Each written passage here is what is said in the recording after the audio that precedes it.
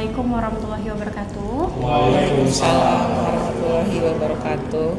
Ya, sebelumnya kami mau terima kasih kepada anak BEM ya yang sudah meluangkan waktunya untuk berkenan kami wawancarai hari ini seperti sesuai mata kuliah kami, yaitu kepemimpinan organisasi. Jadi kami memilih BEM untuk salah satu persiapan tugas kami di dalam hal ini.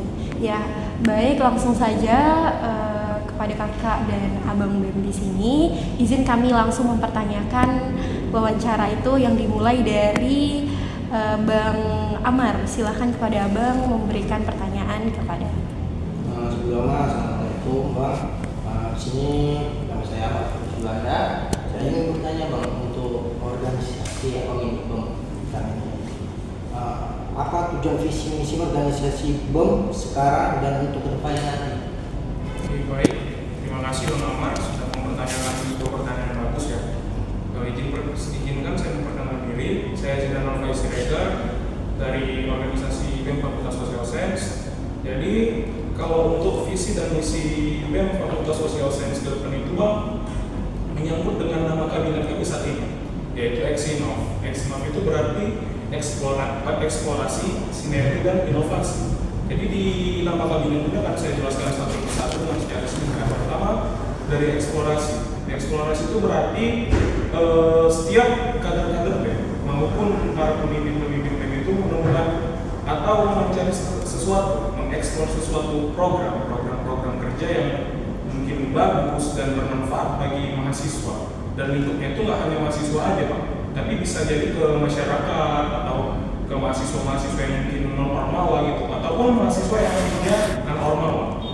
Nah, untuk sinergi, arti sinergi sendiri itu kami itu bersinergi antar kader-kader BEM dan antar para mahasiswa-mahasiswa kampus biasa ataupun anak-anak ormawa.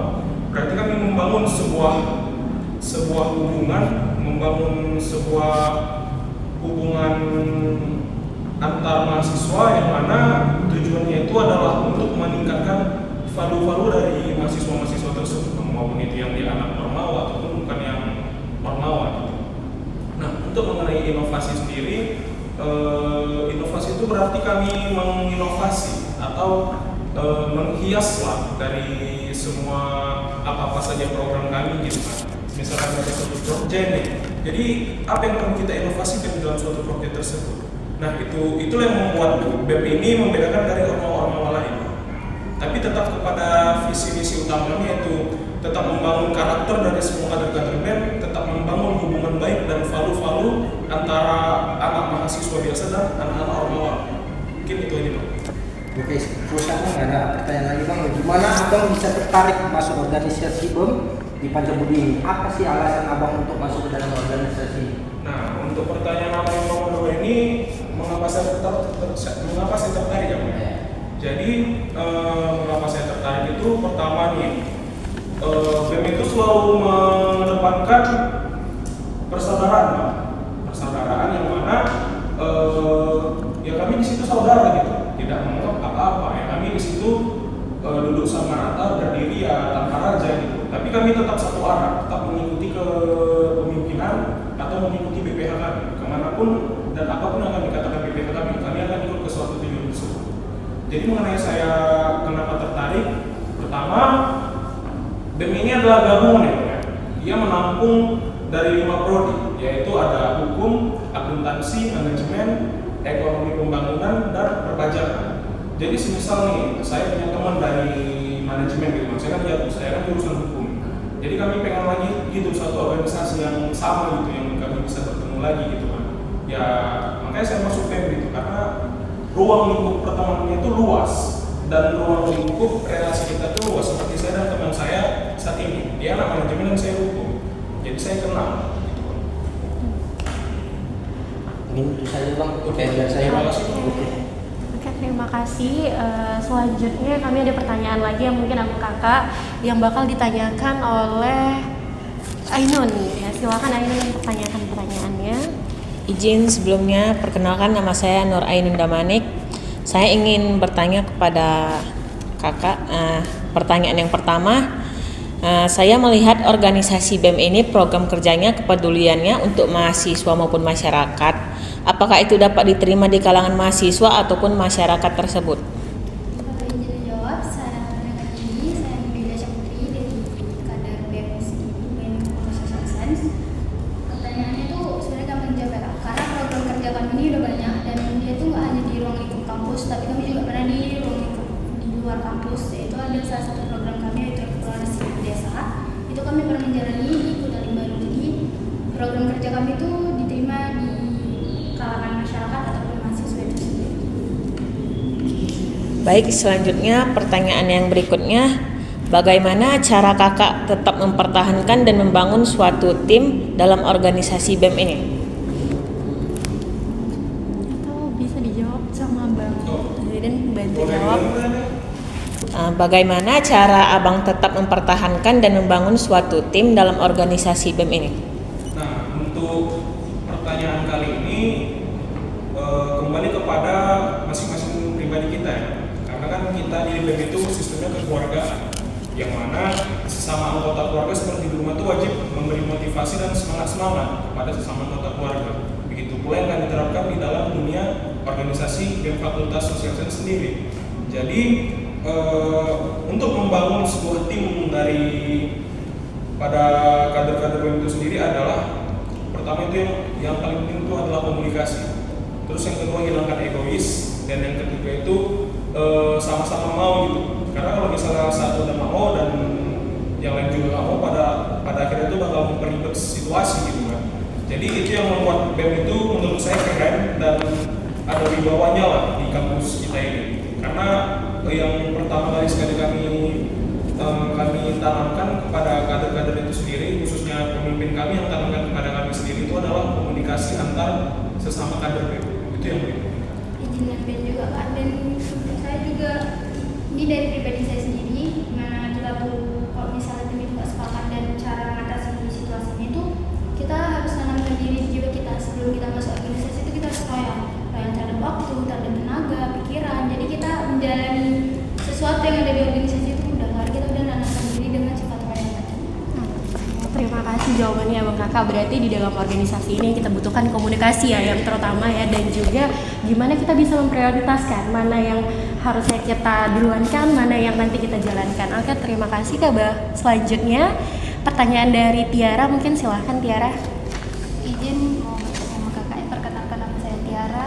Di sini saya ingin bertanya, bagaimana kakak menangani situasi yang dimana anggota tim tidak sepakat dengan keputusan atau arahan yang diberikan oleh pemimpin BEM? Akan saya jawab ya. Mengenai pertanyaan kakak itu, saya ulangi, bagaimana menangani situasi yang dimana anggota tim tidak sepakat dengan keputusan atau arahan yang diberikan oleh pemimpin BEM. Nah, jadi gini Kak, perlu saya kasih tahu, sebelum kami memulai sesuatu itu, kami ada namanya berforum. Nah, di forum itu dia tidak memandang apa status kita, mau itu senior, junior ataupun itu. Karena forum itu bersifat demokratis, demokrasi, yang mana dia itu menyangkut semua suara.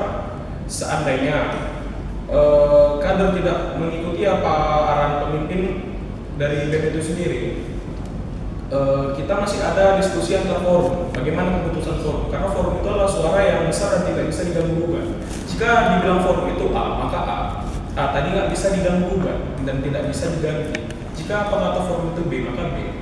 Jadi apapun ceritanya, kesepakatan tertinggi yang kami capai itu adalah di forum. Dan memang forum itu tertinggi nggak, tetapi yang menentukan itu adalah BPH sendiri. Mau tidak mau, suka tidak suka harus ikuti apa kata forum. Jadi ada sistem tetap netralitas antara kader dan antara pemimpin itu sendiri. Oke, berarti apapun hasilnya dari musyawarah atau forum tersebut itu emang semuanya harus disepakati bareng-bareng ya Bang ya, tanpa memandang kalangan dari mana dia semester berapa, tingkah dia atau apa. Oke, terima kasih Bang. Selanjutnya pertanyaan terakhir nih dari saya. Bagaimana cara kakak atau abang di sini untuk memotivasi anggota tim yang mungkin kurang produktif dan kurang berkontribusi selama di dalam organisasi BEM ini, Bang? Mengenai ini ya, bagaimana cara saya untuk memotivasi anggota tim itu sendiri. Nah, jadi kembali ke pertanyaan yang sebelumnya tadi, yaitu adalah komunikasi kuncinya, Pak. komunikasi dan hubungan yang baik gitu. Jadi kami sangat-sangat menjaga hubungan antar kader BEM ini agar tidak adanya tumpang tindih gitu, agar tidak adanya sebuah apa yang kita bilang, sebuah Miskomunikasi, masalah, iya. miskomunikasi kita bilang gitu, supaya kader-kader ini pun tetap nyaman sesama kami. Jadi apapun yang misalnya kita bikin kegiatan nih, oh aku mau ikut gitu, karena memang udah tertanam rasa nyaman di dalam dirinya. Karena yang penting itu dari awal kita tetap harus menjaga nama kekeluargaan kita, komunikasi kita, dan hubungan baik kita lah antar kader maupun antar kader, antar senior dan antar para pemimpin BEM tersebut. Oke, terima kasih Kak. Berarti di BEM ini menciptakan ruang aman dan nyaman ya pastinya untuk anggota-anggota BEM-nya ya. Mungkin itu aja pertanyaan dari kami Bang seputar wawancara dalam mata kuliah pimpinan organisasi. Semoga jawaban dari Abang Kakak di sini dapat membantu dan menambah pengalaman kami juga sebagai mahasiswa pastinya ya. Untuk menjalankan tugasnya sebagai mahasiswa gitu.